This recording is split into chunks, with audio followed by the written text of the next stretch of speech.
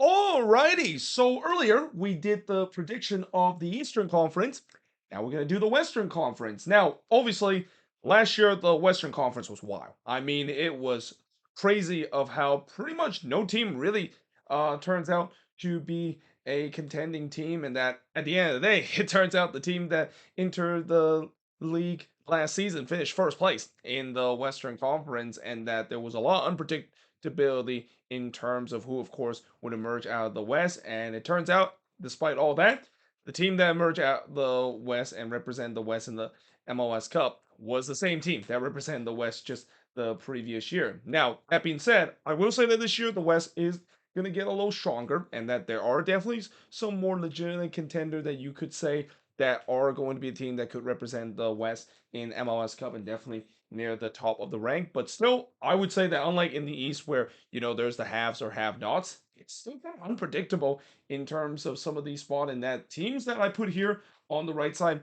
can easily end up here on the left side to make the playoffs, and then vice versa on the other end, where teams that I put here on this side that I predict could finish could easily end up on the right side of the board. But that being said, let us begin with talk about the team that I predict to finish dead last in the Western Conference.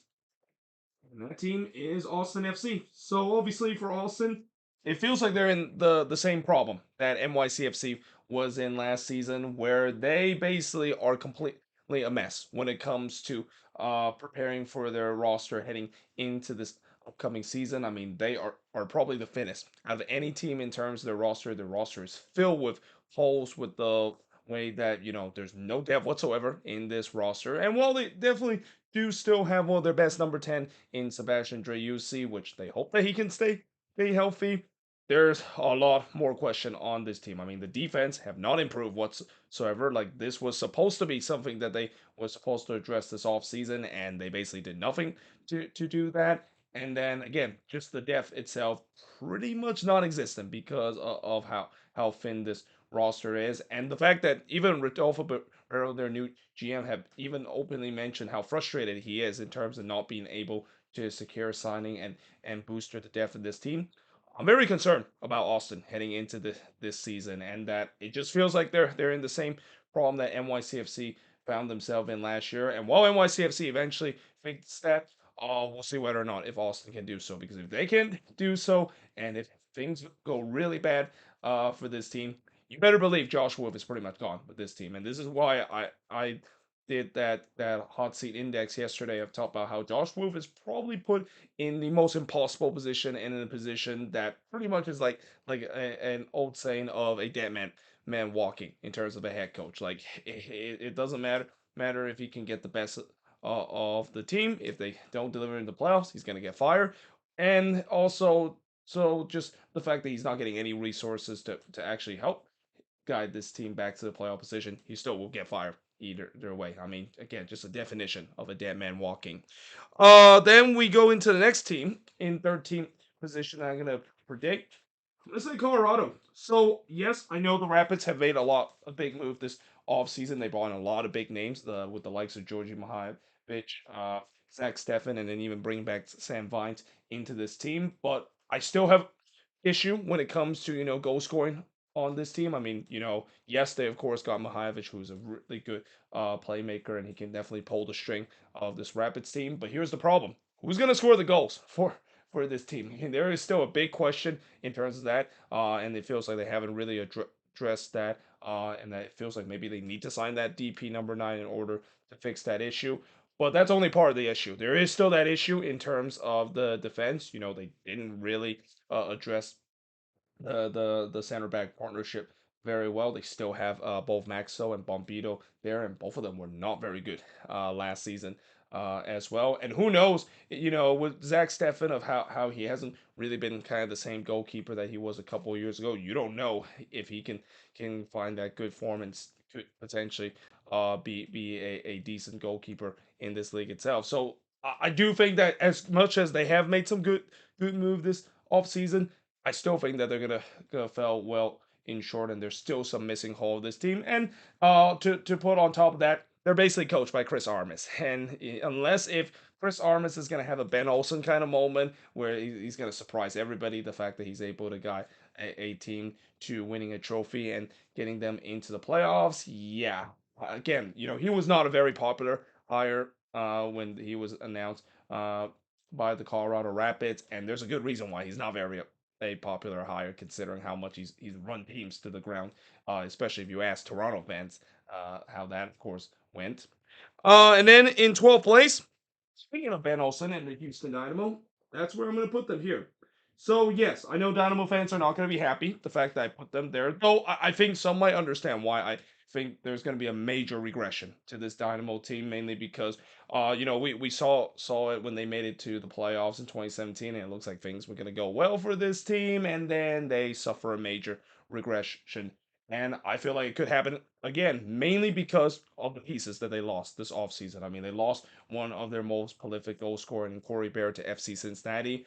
They basically lost Nelson Quinones, one of their rising young player on the attack, to a season-ending knee injury. And then now there's rumors that it looks like Franco Escobar could be on his way out of Houston and joining Inter Miami, and that is literally their best defender that they lost. Now the good news is they still have Coco Carrasquilla on their team, and they still have Hector Herrera on this team, but they're not going to have him at least for the first couple of weeks of the game. But still, I mean, just the fact that they didn't do anything in terms of trying to improve the team. When you are in this league, and especially in the stage of this league, you always want to make some more signings and kind of change up your roster to keep up with team. You can't just stay stagnant and just running it back unless you are considered to be one of the best team in the league, or you have a core that you truly believe that is good enough to run it back and compete for championship. And I don't think that's kind of the case for this Houston Dynamo team. I thought that there. And another thing about last season, I've also said, is that there were definitely players that kind of overperformed last season. And anytime when we see that happen, regression is going to hit, and it feels like that could be the case for this Dynamo team. It could hit them hard to a point where they could definitely find themselves back into the near the basement dweller of the Western Conference that they've been known for so long. But in 11th place, I'm going to say the San Jose Earthquakes. So again, the trend with the Quakes is that every time when they make it to the playoffs, or at least sneak into the playoffs, the very next season it ends in absolute disaster. Now, I don't think it's going to be the case for this upcoming season. I don't think the Quakes are going to finish dead last, like the last time that they made the playoffs, and then they followed that by finishing dead last in the season. And this seems like it's always this constant kind of frustration cycle where every time when the Quakes look like they made the playoffs, looks like progress happened. Then the very next season happened, and it's just not only one step forward, but just pretty much five step back in terms of the progress that they made to trying to crack themselves into be a contender in the Western Conference. And I will say that this time it maybe could be one or two step back, mainly because the missing piece for this Quakes team, and this is a huge missing piece for this team if they want to get into the left part of the category, or even in terms of maybe being a mid-tier contender, they need a number 10. They absolutely need a number 10. I mean, I like some of the moves that they made on the attacking end. I like the fact that they added another goal scorer, Ahmad Pellegrino, and they reshaped the back line as well. But the fact that they don't have a legitimate number 10, and this is not because I don't rate Nico Jaqueras whatsoever. I love Nico Jaqueras. I want him to succeed. But ideally, I really want them to have a legit number 10, and especially when they have a DP spot open, it's no excuse for them to not sign one, even though I know this is one of the cheapest ownership in the league, and a team that will never willing to spend no matter what. But just for once, if they were able to do so, they can get that DP number 10, and he shows some quality, then I think the Quakes could easily be on this left category. But as of now, because I have heard no word that they're gonna do so, it seems like they're probably gonna be stuck in mediocrity, and probably are gonna be right up there in terms of competing for playoffs. But unfortunately, they're gonna miss out of it because the last game that they play is against LAFC, and if it has to wait until that point where they need to clinch the playoffs on the road against LAFC, yeah, that's not going to do it. I think they're probably not going to make it to the playoffs, and probably going to finish right near near that spot where I think, again, with the way that the West is very unpredictable and competitive, I would assume that the decision day race is going to be the same thing. It's going to be very uncompetitive. For the past couple of years, the Western Conference playoff races have always come down to the final day, and I feel like the Quakes are going to be in for that as well. And the same goes for the team in 10th place, where I think could be in for this race down the stretch, and it's my other team, Minnesota United. So I put two of my team pretty much right next to each other. I mean, both of them are kind of in a similar boat in terms of the quality, though I will say that for Minnesota, at least they do have a decent number 10 by the name of Emmanuel Reynoso. But obviously, the problem I have with Minnesota is the fact that they don't have a head coach right now. Though there is been rumor, especially from Tom Boger today, that it seems like they might be on their way to finally hire a head coach. It seems like they're rumored to get Man United assistant head coach Eric Ramsey. Though we'll see whether that, of course, will come to fruition. And if it does come to fruition, I'll definitely do a video talk about it, and maybe that kind of gives hopes to this team that I think this team could do well, and that it's just that there's always some things that frustrates me about the Loons, where when they of course are able to score goals and stuff like that, the defense kind of fall apart. But then when the defense start to do well, they can't score goals because finishing was a problem. And at least from what I've seen in the preseason, finishing has once again still be a problem for this team. So as a result, I think that this team pretty much is kind of almost in the same category as they were last season, where I think they'll definitely compete for playoffs, but they're definitely not going to be like they were a couple of years ago, which a couple of years ago, it's hard to believe that they were cup contender, and they wasted that window because of some mismanagement and also just not signing the right players, and not to mention also blowing a 2-0 lead in the Western Conference final. And that's all I'll say about what happened in 2020 against the Seattle Sounders. And then in ninth place, and this is where we get to teams I predict is going to make it to the playoffs, play RSL. So again, for the past couple of years, RSL, there's been times where they're kind of like in it until the final day of the season. Though last year, I don't think it was the case. They actually clinched the playoffs relatively early. But RSL is kind of an interesting team. I mean, on paper, this team should be a competitive team, but I do have question in terms of the number 10 position, and especially the replacement for Jefferson Savarino that they don't really have. And also in terms of talent wise, RSL has always been a team that it kind of lacked that true kind of star player.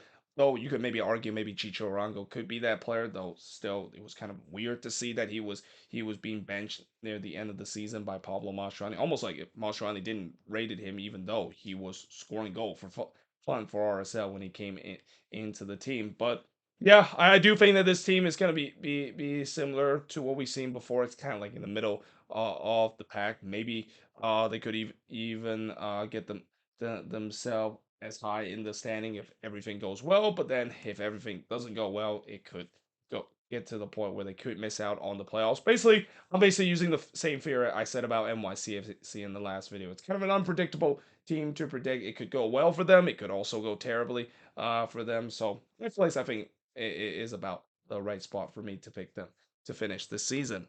And then in eighth place, let's say Portland Timbers. So again, I expect that the Timbers are going to make it back to the playoffs this season. Though again, my concern, of course, with the Timbers is obviously their head coach Phil Neville, and especially the tactics that he used, and that there's a lot of question: is he going to get the best out of this team? I mean, he did an okay job during his time with Inter Miami.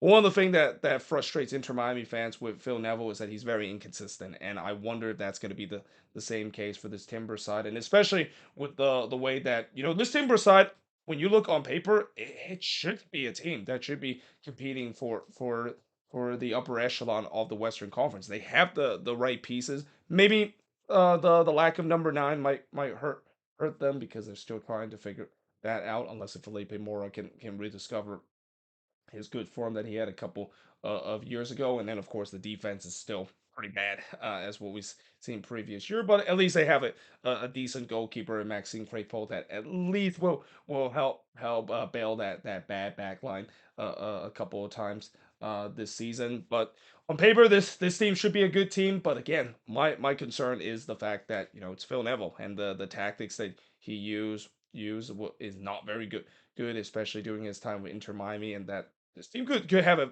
if Phil Neville, the way that he coached with Inter Miami is the same way that he coached with the Portland Timbers. Don't be surprised that it could be a very up and down experience, and this is where maybe Timbers fan will definitely call for Neville's head if this team really started to get off to a slow start like they have been for the past couple of seasons, and don't be surprised somebody will take over and able to guide this team to to to a playoff spot and have a late second half season charge, similar to what we saw with Sporting KC last season.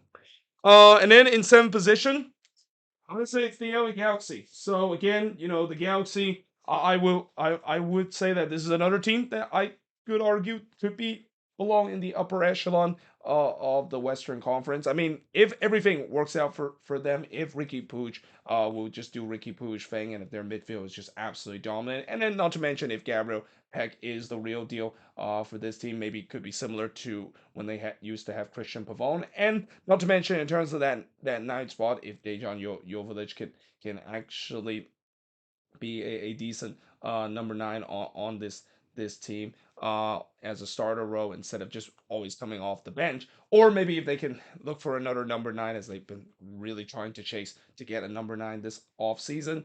Maybe the Galaxy can get themselves high up the standing. The problem I always had with the Galaxy is not just because I hate them, because I'm a Quakes fan. We're always rival against them, but it's always the defense that is the big straw, the big drawback of this team, and that the defense, at least from what we've seen in my limited time in preseason, especially the Coachella Valley Invitational, oh, it was not good whatsoever, and that we'll see whether if that can improve, and not to also mention the fact that unlike the Timbers, where at least they have a decent goalkeeper to bail that bad backline.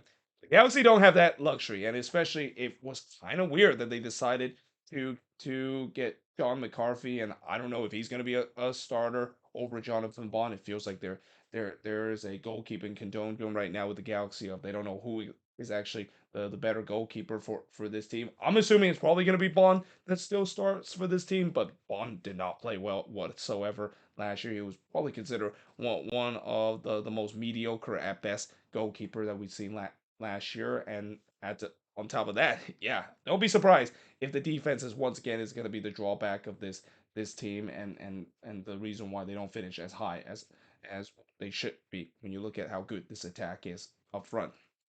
And then in sixth position, it's going to be St. Louis. So again, I feel like St. Louis is going to have something similar to what we saw Austin last year. Though I will say it's not going to be as bad of a drop as what we saw with Austin. I mean, what we saw with Austin, where we expect them to regress, that was regression to a next level, to a point where it was just pretty much everybody underachieved. I don't think that's going to be the case with the St. Louis City side. I think there will be some regression on this team, but not enough where I think that they might miss out on the playoffs. But that being said, I don't think they're going to finish first in the Western Conference again, unless the West gets crazy again or they get off to a good start. Because I think after what we see this season, I mean, as much as they did finish first in the Western Conference and pretty much led the whole way, a lot of that is mainly due to the fact that they got off to such a great start to the season where they just kind of never let go of the league, because after that they were kind of a bit of mediocre for the remaining part of the season. And again, because the West was also very mediocre, and that pretty much every single team seems to trip over themselves and can't get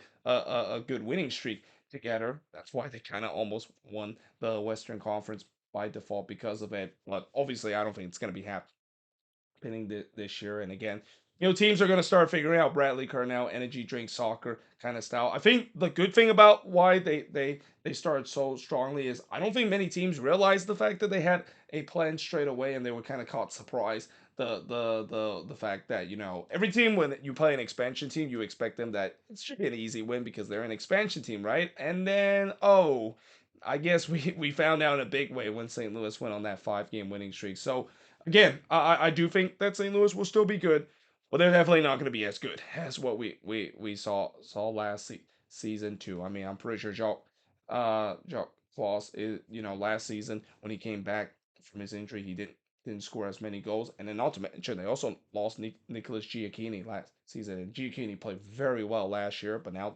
he's not going to be there, and that I still do legitimately think that they need a number 10. I mean, I know Edouard Leuven is one of the best deep line playmaker, but they really need a number 10 and maybe even some help in the defensive end because Roman Berkey was really the reason why this team didn't give up as many goals that they had. I mean, that back line was not great whatsoever near the end of the season, and Berkey was kind of the reason why they didn't give up as many goals as they did, and rightfully won the goalkeeper of the year. I mean, if there's one player that I think is definitely not going to regress, it's definitely going to be Roman Berkey. He's going to do a lot of bailed out job for the St. Louis side that will get them enough to make it to the playoffs.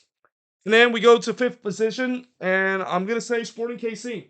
So again, for Sporting KC, again, this is a team that, on paper, when you look at the current core that they have, it should be a team that should make it to the playoffs. And barring any just disastrous start to the season like they did last year, this team should compete for playoffs. But my concern, of course, with this Sporting KC team, and as it is the case for Peter Verbeek's team, he likes to run this team to the ground. He doesn't really trust his young guys and some of his substitute, and that's kind of the thing that I mean, at least in this season, he's kind of almost being forced to because one of the big issue I think I have with Sporting KC, and I think I mentioned this in the season preview with their weakness, they don't have a lot of depth. They really don't have a lot of depth. If one of those guys on the attacking front, and especially that front three with Russell, Shawi, and also Eric me being there, if one of them goes down, and even if I forgot to even mention Polito being there, so make that a front four of this team. If even one of them or both of them or even a couple of them went down, then all of a sudden this team could look like what we saw in the beginning of the season. I mean, the part of the reason why they got to such a terrible start is because they had so much injury to begin coming out of the gate, and then when they do get players back, it took a while for them to get that losing out of their system before winning again, and that's kind of maybe an indictment of how Warren Casey needs some better depth on this team, and that maybe could be the reason why they might not finish as high as I think that they would finish because of that lack of depth. And if they do go for an injury crisis, they could definitely slip a little bit compared to when they have a healthy squad. And then in fourth position, Vancouver. So again, I am in full believer of the Vancouver Whitecaps. I think this is a good team. I am a huge believer in Ryan Gull and Brian White. I expect them to be two of the deadliest dynamic duo on the attack this season. But also, not to mention, their midfield also is very very good alongside with their defensive front as well.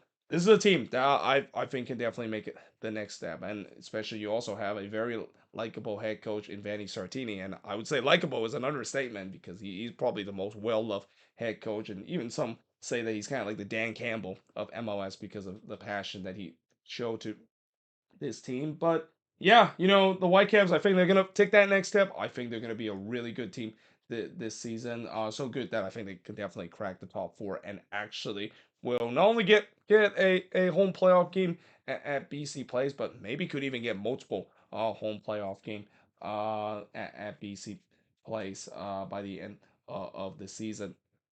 But moving on into the next team in third place, gonna go with Dallas. So again, for Dallas, this off season, I feel like the missing piece for this team is definitely that number 9 position. I mean, that number 9 position is definitely a spot, and I got a guy that is kind of like a true goal scorer is something that Dallas been really need for a very long time. And actually, I shouldn't say the number 9 position is a struggle. They do have some decent number 9 in Jesus Ferreira and Bernard Comungo, but from what I heard, Ferreira isn't really a natural number 9, so it seems like they're gonna slot him into that number 10 role, at least until Alan Velasco comes back from that season ending injury he suffered in the postseason against Seattle. But yeah, this is a team that after spending big and swinging big to get Pedro Musa, who looked really good during his time with Benfica.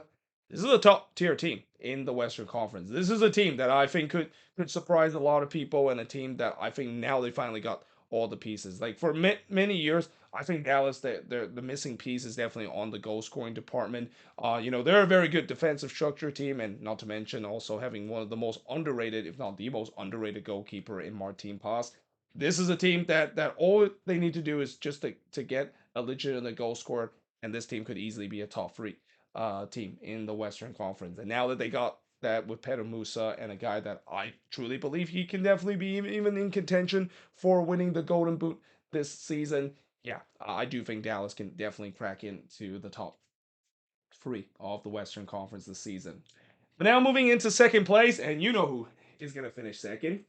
I mean, I don't even need to mention about why I think the Seattle Sounders are going to finish second because that's where they are. They always will finish second. You have hear me talk about this about the theory of besides what you saw in 2022, which was a huge outlier. It's basically death, taxes, and the Seattle Sounders finishing second in the Western Conference, and I feel like it's going to be the same case again. I mean, I won't be surprised if I get most of these predictions wrong.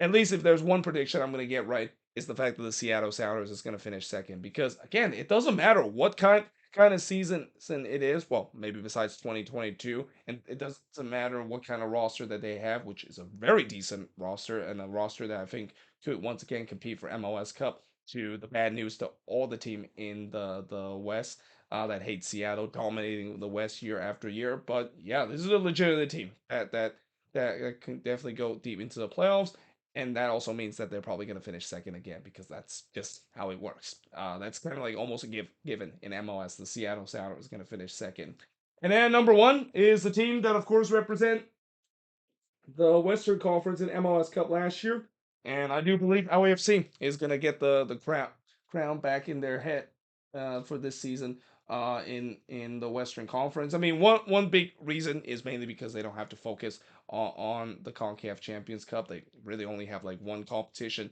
to focus in MLS, and when I say that, it seems like it could be the case because of the whole fiasco that's going on between MLS and the U.S. Open Cup and U.S. Soccer Federation. But yeah, for LAFC, it's kind of hard to believe that just about a month ago, this team looked like they were doom and gloom. This team looked like I could have easily put them near the lower on the list and maybe even missing out on the playoffs because it feels like they were going through a weird kind of transitional period where some of their best player looked like they were gonna move on. I mean, their best player, Denise Bwanga, was evenly openly said that he wants to go back to Europe and he wants to go back to friends, and that not to mention the signing part of this team was very quiet, and they were just losing players left and right.